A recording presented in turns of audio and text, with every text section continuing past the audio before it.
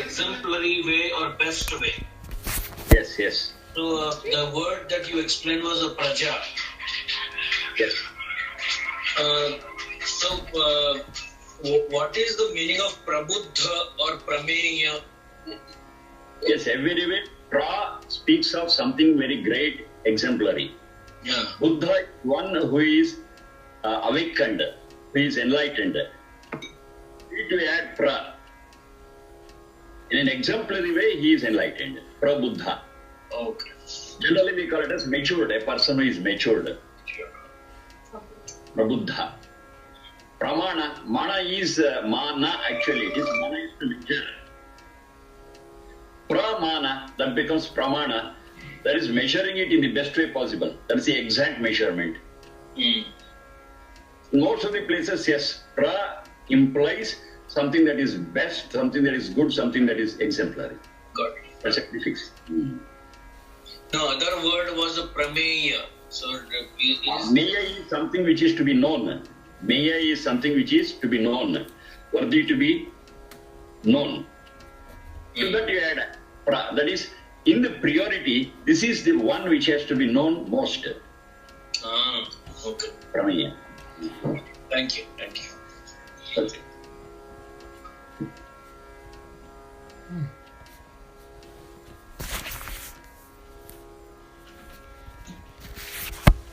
We got many such words starting with pra. Correct. Yeah. Pralaya. Pralaya. So laya is something which gets distracted. So 100% it gets distracted and disintegrated. That is pralaya. Pralaya. Okay.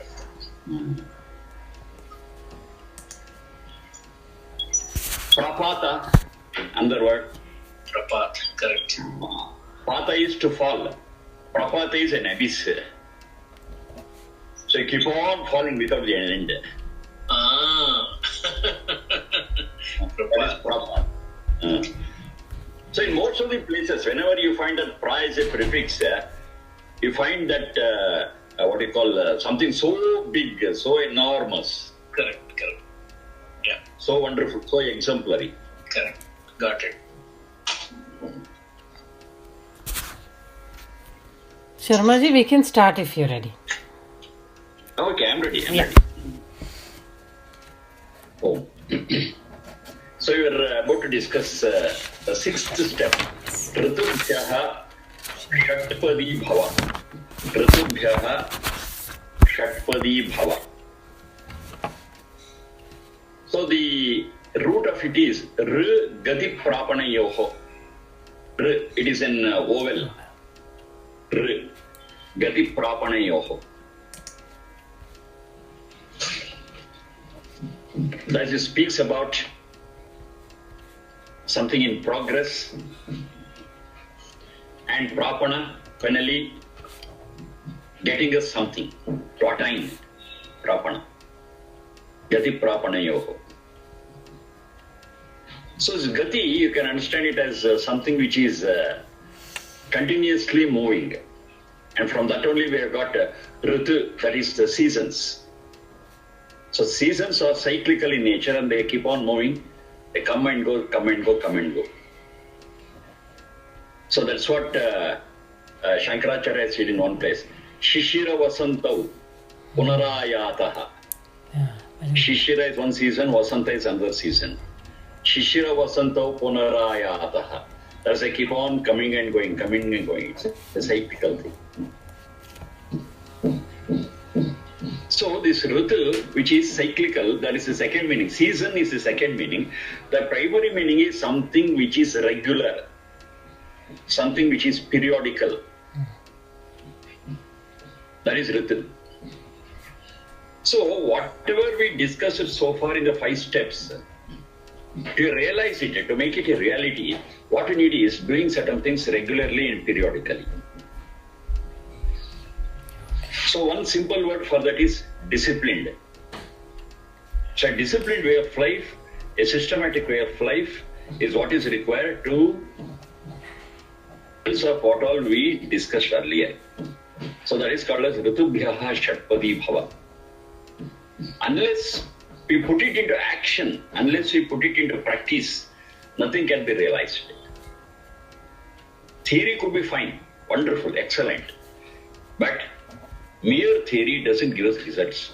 Theory should be clubbed with practice. We should practice what we profess. We should practice and experiment what we know. And finally check up whether it's true or not and experience it. Yes, that's the ultimate thing. And how we should do it with what mentally, that's a different issue that we have discussed earlier. That we have to do it with a attitude of surrendering. That is, we surrender to the law, the cosmic law, and in accordance with the cosmic law. Yes, we do all these things.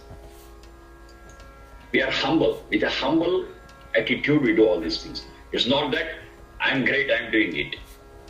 It's not egoistic. It is humble nature. So with that humble nature, it will be possible for us to achieve higher results, better results. So this Ritabhyaha is doing things regularly in a disciplined way. When we plan things, yes, it can happen. And now it is not a plan by one individual, it's a plan together. So both the bride and the groom come to an understanding and say, yes, we shall lead a disciplined life. So it is natural for a person to go hither and thither from the disciplined or planned way. It happens. It's human nature, fine, for different reasons, for different changes in the moods, circumstances, and so many things. Now, there is an understanding between the bride and the groom. If one person just goes a little away from the regular predetermined path, what they have decided, the other person will pull them back. If this person goes out, they will pull them back. So that both of them finally will tread the path that they have decided for themselves, regularly in a disciplined way. Now, Ruta also means, according to Nirukta, Yajna Nama. Ruta also means Yajna. Now, a lot of things we have discussed about Yajna so far. Yajna doesn't mean only that altar, the fire and swaha, that we are very clear now. Yajna vai shreshtatamam karma. Anything that we do in the best way is Yajna, whatever it be. Any job we do, any work we do, any action of ours, if we do it in the best way possible, that is Yajna. So we shall always try to do things in the best way possible by applying our mind, by learning, by understanding, by expanding our experience, and so many other things that we shall share. So whatever you have got to share with me, whatever I have got to share, and both of us together do things in the best way possible. That's Yajna. Let our whole life be Yajna. So this is an understanding they come to. And let not our actions be less than the best. Pratabhyaha Sharpadi Bhava. We are taking the sixth step with this understanding. One is discipline, regular, another is doing it in the best way possible. And which is the best way? We always know it's a mathematical thing. The shortest distance between 2 points is a straight line. It's a very simple mathematical thing what we know.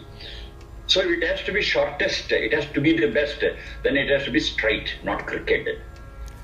What we think, what we talk, what we do, let it all be straight. Then that is the best way. And in that straight line, the consumption of time, energy, efforts, everything is the least. But we reach the goal. So reaching the goal with the least spending of energy, time and effort is the best way of doing it. So we shall be straight, we shall be honest, we shall be open, we shall be transparent. Anything you can take. So all these things are there in the Trita. So in the Trita, we are trying to do things in a disciplined way, we are trying to do it in a straight way, honest way, transparent way, and the best way possible. So all these things they come into an understanding. So that is Pratabhyaha Shatpadi Bhava. And they move on to the next and the last. This was the penultimate step. The next one is the ultimate step they are taking, the last step. Sakha Saptapadi Bhava. Now once they take this step, now they are declared as husband and wife. No other ritual in a Vivaha Samskara make them husband and wife. No other ritual. It is Saptapadi, and after taking the seventh step, yes, they become really husband and wife. Now this is what Vedas say, this is what even the law says here in India.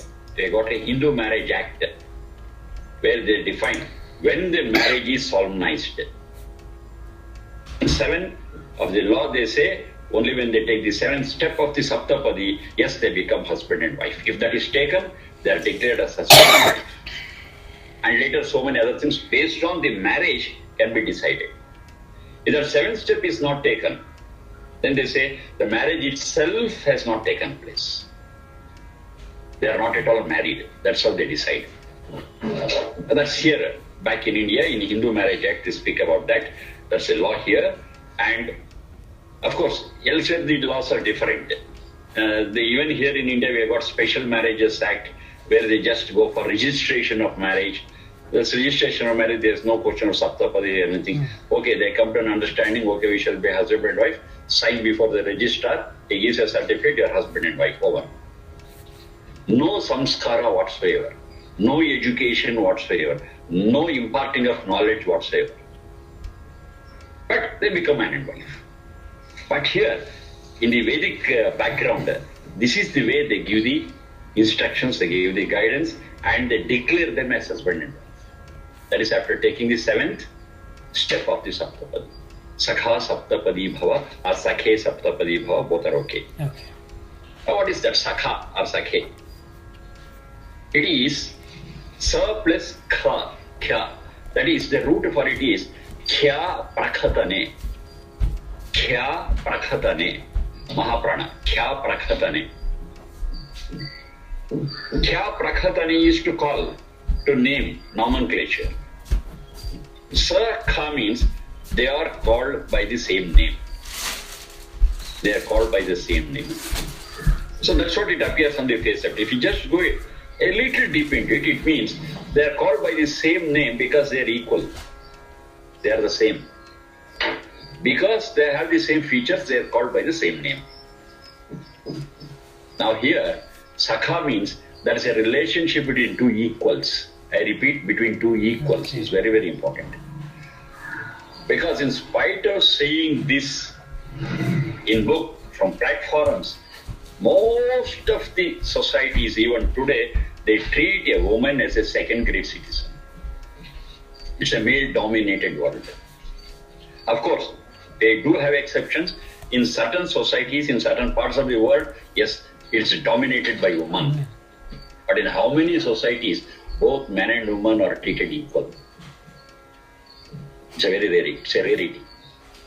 But here in the Vedic culture, in the Vedic society, they insist upon it. There is difference only at the physical level. When the physical structure is of one type, we call it as male. When the physical structure is of another type, it is female, that's all. In the physical structure doesn't give superiority or inferiority to anyone. They're just different, that's all. But actually, this physical body, which is different, is a tool. That is not the person. That's not the person. The person is the soul in it. And the soul is the same. It is above gender. It is neither male nor female. Or in other words, we can say it is male as well as female. Tam stri, tam pumanasi, tam kumara utava kumari. See, this is a piece of Veda mantra. It says very clearly, you are male, you are female, you are a Kumari. It's all you. How? Because you are above gender.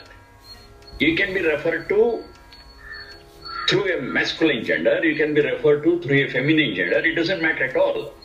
Because it's all at the level of the physique. At the level of physique, the difference is there. But that difference doesn't give either superiority or inferiority anymore. They've got their own roles to play. And the roles that they play, they are equally important for the society and the world. The role played by a man is as important as a role played by a woman, and vice versa. The role played by a woman is as important as the role played by a man. So there's no question of one is great, another one is inferior, one is superior, nothing of that sort. Only when this understanding is there between husband and wife, yes, many, many things. Physically, psychologically and spiritually, everything is possible. But if one person feels that one is superior and the other one is inferior, the whole relationship gets distorted. One who feels as superior will try to snub the other. So that snubbing is called dambhana. Dambhana. So the person will try to suppress them, snub them and say, I am superior, you listen to me, you obey me. Now it's not the husband asking the wife to obey. It's not the wife asking the husband to obey. But both of them obeying truth. That's the total thing. There's a lot of difference between all these things. Both should obey truth. Both should obey what is good for both. For not only both, but their children and the whole society in group. There are so many such guidelines which will bring happiness to everyone. Now those things have to be obeyed by both husband and wife equally. Now that equality is the essence of that sakha. The relationship there is samana. Now there is no question of fighting for equality. I make it very clear. There is no question of fighting for equality because this woman liberation has become a very big topic today. That is, they say we are snubbed, we are sidelined, we want to be in forefront, we fight for our rights, so many things. There is no question of fighting for rights. It is mutually understanding their positions and freely, with all respect, given. That is, men give a lot of respect and equality to women, and women equally give it to men. Now, men are not demanding that respect, and women are not fighting for that respect. Both they give voluntarily, willfully, happily. Now, imagine that situation. That is sakha. That is sakha. Now, to achieve this, lot of things have to play. There are so many things that come into play. The first thing is, there should be mutual belief between the two. That belief is not there, there will be a big gap between in their relationship. They have to be faithful to one another. There should be cooperation. There should be accommodation. There should be understanding. There should be mutual support. They should be free to talk and exchange their views and experiences. Of course, they share the bed also. That's a different issue. That is one level. That's at one level. They share their happiness and sorrows.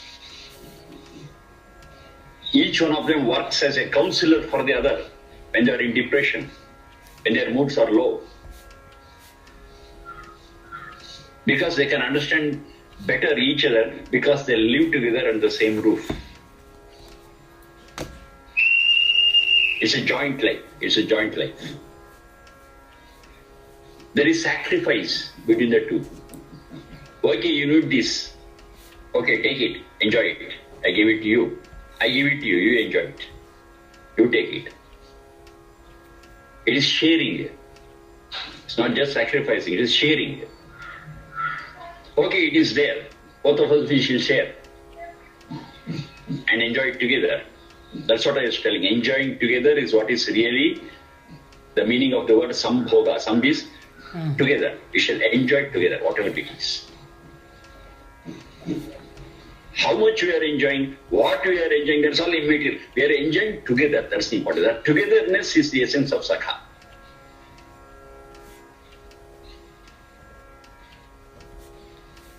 There is mutual appreciation. Now this goes on forever. All these things finally result as sakha, all put together And if I take the essence of all that, that is Sakha. Only such feelings, when experienced by both, maybe a little higher and lower, that's all right. That's accommodation, that's adjustment. And accepting the other with their strengths and weaknesses. Of course, we like strengths. We don't like weaknesses. But in this relationship, we accept both as a package. Yes, there are some good things, there are some bad things. Okay, there are some shortcomings, there are some strengths. Yes, I accept you as it is. But we don't stop there. That's another important thing. We don't stop there. We don't accept and stop there. But we try to help each other to overcome the weaknesses and to further strengthen the strengths. Now this is Sakha. If you have a feel of it, yes, that Sakha makes the two really happy physically, mentally and spiritually. And each can enjoy one's company. Tolerance. You can take all such positive things that can work out between a relationship between a husband and wife, between two persons. The best thing what can happen, that's a relationship of husband and wife. That is Sakha. They share everything, A to Z.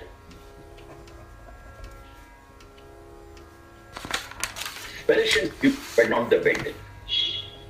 Including bed, sharing everything is Sakha, is husband and wife.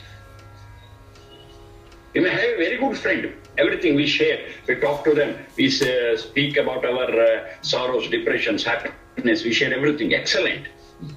But if bed has to be shared, the relationship is totally different. And that is the husband and wife. And that too under the framework of Vivaha Samskara. Now, if the bed is not shared along with others, there is other aspects of sharing. Without Vivaha Samskara, there, everything said and done, the importance is given to only the physical relationship, and that is animal life. It's not human. It's not forgotten. It's also an important thing. Agreed. But it should be supported by the sharing at the psychological level, the sharing at the spiritual level also. Only then it becomes a humane relationship, the relationship between a husband and a wife. Sakha, Saptapadi. So once these 7 steps are taken, once again I repeat, these 7 sentences, Isha Ekapadi Bhava to Sakha Saptapadi Bhava, during Vivaha Samskara, will not give the required impetus for them to adopt it. All this would have been taught to them in detail during Gurukula Vasa, during their Brahmacharya Ashrama. Have been taught all these things. Now these 7 sentences, what they chant during a Vivaha Samskara is only a reminder, When they chant all these things, they recollect what all they have studied earlier. And it gives them a wonderful motivation to adopt it in life and practice it and be happy for themselves and make the others also happy. And beget good children, good issues. So the happiness between a husband and wife doesn't end with the bed, but it continues in begetting children, and it continues in seeing the children as good citizens of the world. Up to that it extends. And the children, taking care of them during their old age is the last aspect of enjoyment. So the relationship with the husband and wife start from Saptapadi till their last breath, when they are taken care of by children with love and affection. Now what all I have told you about this Sakha, all those details put together in one word, you can say it is love. It is love. We cannot demean the word love to lust. Lust is different. Love is different. Now all these differences we have to understand, and what goes into love is all this. And that is Sakha Saptapadi. Now just imagine for a while, if A bride and groom are brought together and made husband and wife with all these things in the background. Can there be divorce at any point of time? Never. Never. There will be differences. I have told you, there will be differences. There will be small adjustments. Fine. But all those things they take care of and try to come nearer and nearer. They don't think of making themselves apart. They don't move out. They're moving. They move closer. They try to fit one another to each other. Now it's a process. That's why one man to one wife and one wife to one man is what is said here. Because all these adjustments have to take place. And this coming closer enhances the happiness they experience. It enhances the peace that they can experience. By moving apart, by being alone, nothing will happen. That fusion, physical, mental and spiritual, that fusion gives the highest happiness. Now this has to be taken in the beginning, experimented in the next step, experienced in the last step, and it will work out. And that's the word given by the Vedas. You do it, that is the best enjoyment that you can have in your life. That's the highest happiness that you can experience. Now that is Sakha Saptapadi Bhava. Now this is what we have to teach every couple who get into this householdship, grihasthashram. And this is the essence of that whole Vivaha Samskaram, Saptapadi. It gives us a beautiful background, it gives us a beautiful goal, it teaches us about a beautiful path to tread in grihasthashram. And nowhere we have got bumps, nowhere we have got that hurdles. Whatever which may appear as a hurdle, yes, they will be in a position to tackle it, holding their hands together, and they move on and move on till the last breath. Now this is Saptapadi. Now if in our lives, if I have loved our partners a little, yes, all this is what I have told so far, you would have experienced at one point or the other. And to enhance it, all this information is required, and this information has to be analyzed, understood, and assimilated and make it our own. That's what I have been telling you as Bhaja Sevaya. We have to make it our own, share it and make it our own. So it should have that bhakti. Bhakti is sharing and make it our own. We should have that bhakti about this wisdom. So when I have that bhakti for this wisdom, yes, we can share and make it our own, and we can be happy. Now this building up of a happy unit, called as grihasthashrama, is the building block of a peaceful society and world. This is a building block. Every society is made up of such building blocks. Unless these building blocks are strong, the society will not be strong. Look into any society where there are disturbances, where there are divorces and other things. There will be a lot of problems with these building blocks. No adjustment, no cooperation, no understanding, no accommodation, no tolerance, no love. Now what is it that's there in the focus? The whole focus is on that physical relationship. And that's the end of it. That's the problem. It's okay in an animal world, but in human world, that's not the end of it. It is not neglected also. That's also there. But it doesn't end there. It gets extended into a psychological relationship. It gets extended to the spiritual relationship and the spiritual pursuits. And they are together in all these things, physical, mental and spiritual. They hold hands and tread with full steam to achieve ultimately the spiritual goal. So in the spiritual goal, they need a lot of supports. Not just physical, not just material. It's a friendship they also need. And that friendship is what is called as Sakha. Just imagine when we are alone. Imagine a situation when we are with friends. See, the whole environment is different. And a very simple mathematics they speak of. When you have got a friend, your happiness doubles. When you have a friend, your sorrow gets halved. It gets shared. So any disturbance, it gets shared. It becomes tolerable, bearable. And when it is a happy situation, it gets multiplied. Now all this because of a company. All this because of a friend. And who can be the best friend? Yes.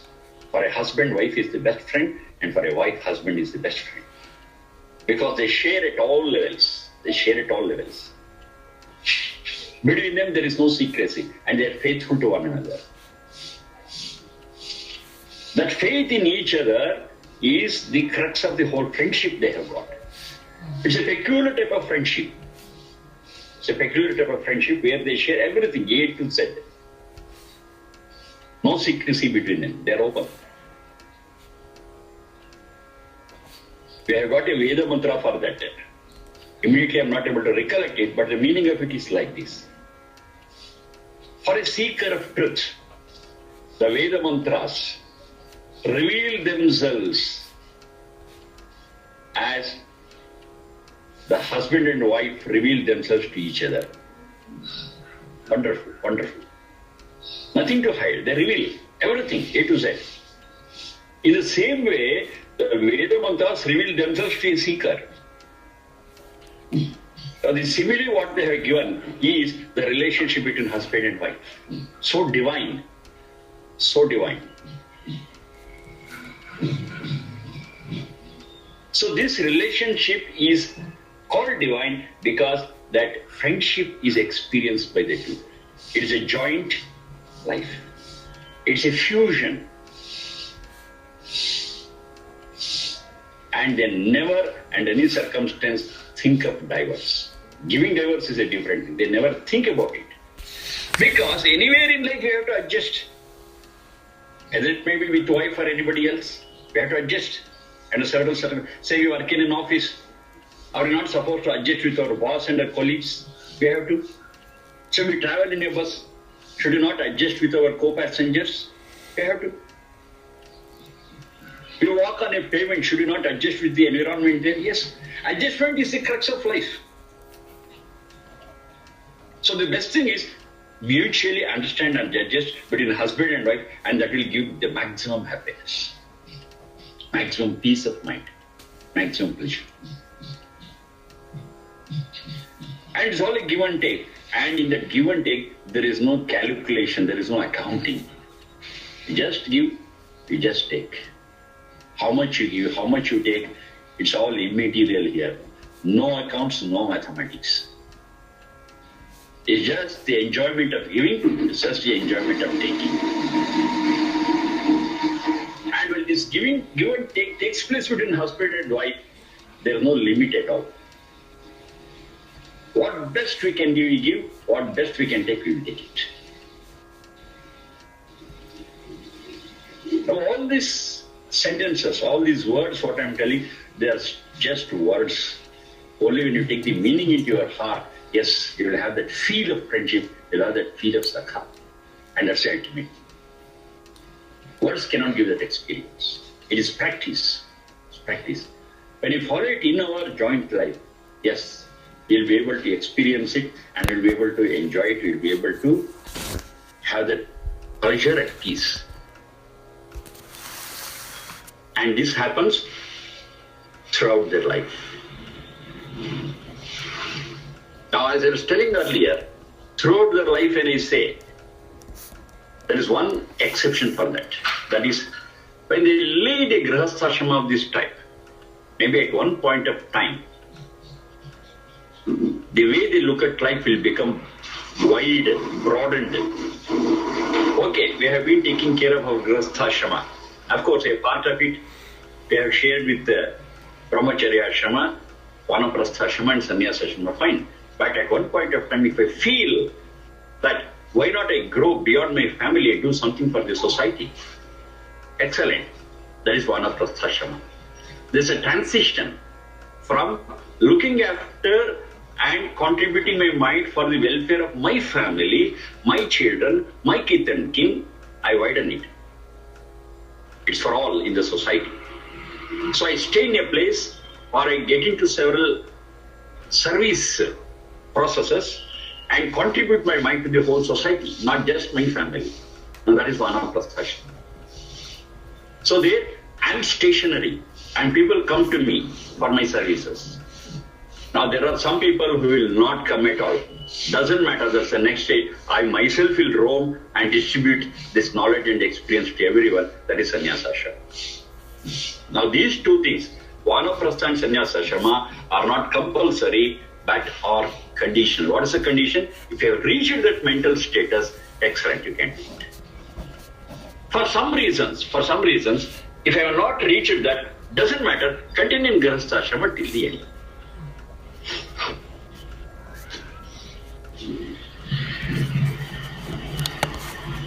Ihaivastam ma viyaushta. That is another piece of Veda mantra. Ihaivastam ma viyaushta. Ihaivastam. That is, both of you stay in this ashrama. That is grihastha ashrama. Ma viyaushta. Don't get separated.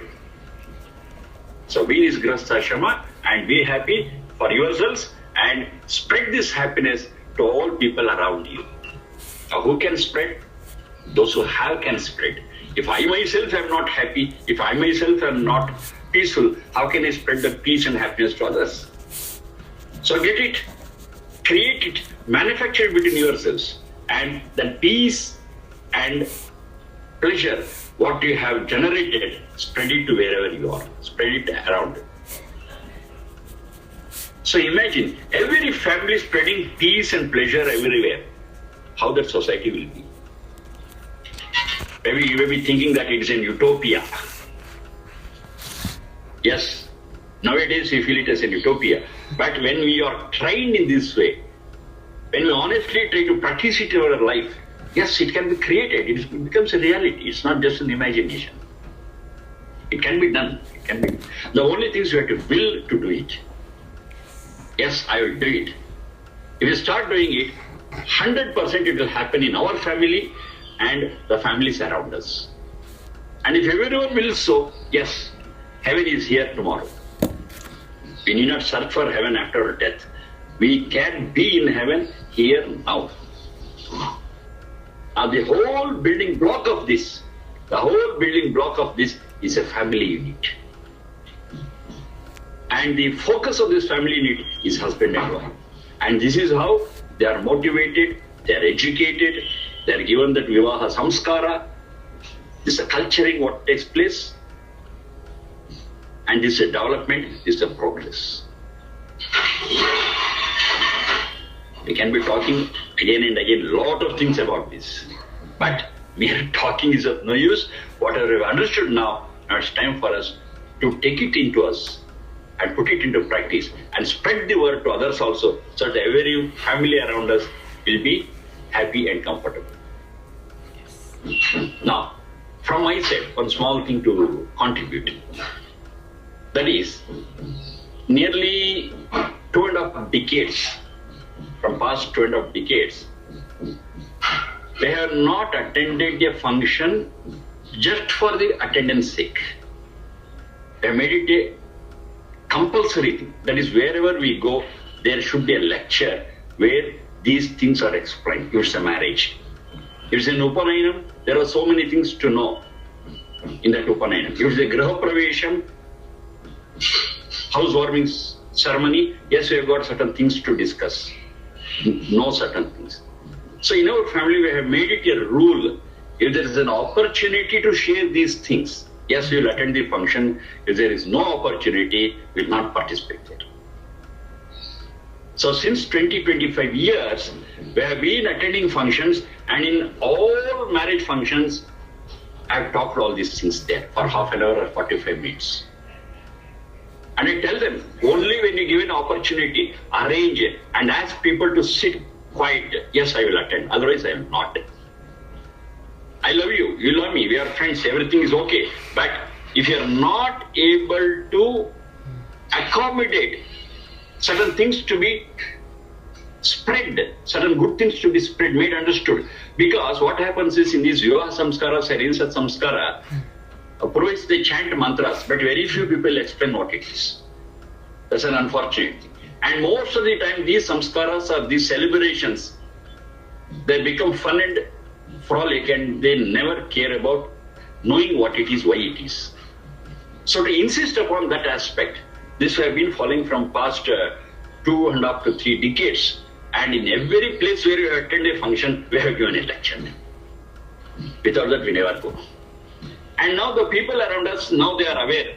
Okay, if you have to invite Sudhakara Sharma, we have to arrange a lecture and invite him. Otherwise, we will not. Wow. So it's fine, it's fine. So we have been trying our level best. Okay, if they are not able to understand, if they are not ready to open their mouth, we are holding their nose and making them open their mouth. And finally, pass on some message, and see that they understand. And the very good reaction for it, very good feedback for it is, yes, people have started liking it. And even those who are unknown to us, not relatives, not friends, but they know that somebody is there to explain things, they come to us and say, sir, please come to our function and talk about it. That's a wonderful thing, yes. And more knowledge we have to spread. Why I have shared this with you is, okay, I've learned so many things now. Whenever you attend a function, at least 5, 10, 15 minutes, half an hour, you ask them all to sit down quietly and share these thoughts with them. That good words get spread.